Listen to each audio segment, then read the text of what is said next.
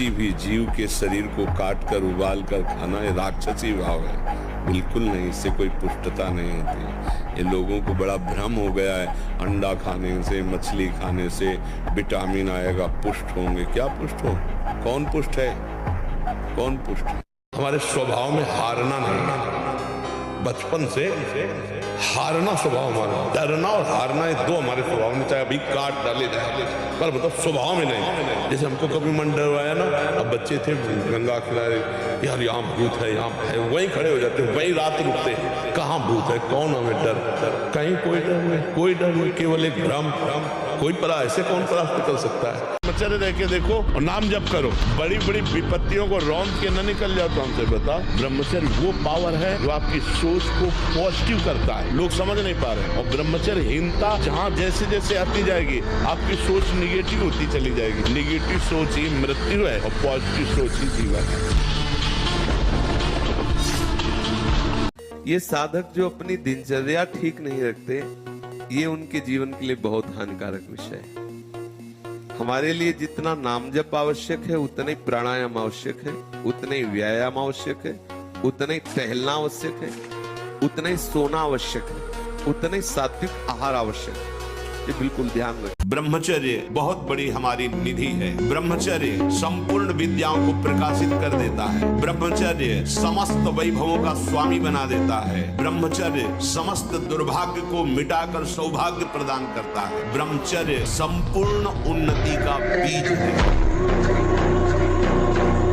धैर्य होना चाहिए उपासक में कि सामने वाला बोलता रहे, अपने को कोई फर्क नहीं पड़ता। आवश्यक है तो बोल दिया, नहीं तो अनावश्यक हम उसको कहेंगे भी नहीं कि चुप रहो, उठ के जाओ यहाँ से। मौन है, हम उठ के चल दिए। अपनी तरफ से बिल्कुल वाणी को बहुत संयम में रखें। हमें रोने की जरूरत नहीं है। प्रेम में रोना अलग बात है, दुखों से रोने की जरूरत नहीं। अब हमें दुखों को रुलाना है कि अरे हमारा तो कोई प्रभाव इस पर पड़ते नहीं, वो रोए बैठ के।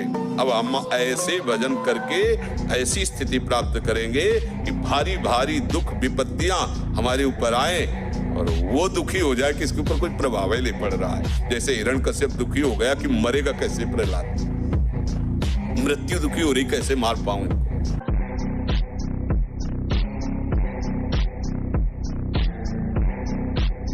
राधा राधा उच्चारण करो और श्वास छूट जाए और भगवत प्राप्ति ना हो तो बात हमारी। नाम जप करते हुए अपने घर में बैठे हो, सारे तीर्थ आपके चरणों में हैं। मेरी बात मान लो। कुछ वर्षों तक नियम आप पकड़े रहिए, फिर नियम आपको पकड़ लेगा। आपका शरीर पवित्र रहना चाहिए, वस्त्र पवित्र रहने चाहिए। पहले बाहर की पवित्रता को संभालो, फिर हृदय की पवित्रता की तरफ। तन को पवित्रता से युक्त रखिए तो मंत्र और नाम आप देखिए स्वतः बहुत जल्दी जल्दी आपकी उन्नति होगी।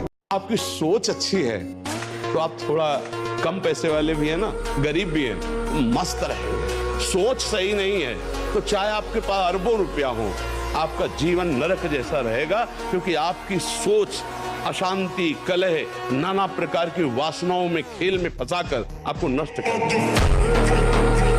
ब्रह्मचारी का सौंदर्य प्रस्फुटित होता है, एक नूर उसके चेहरे पे झलकता है जो ब्रह्मचर्य को धारण करता है।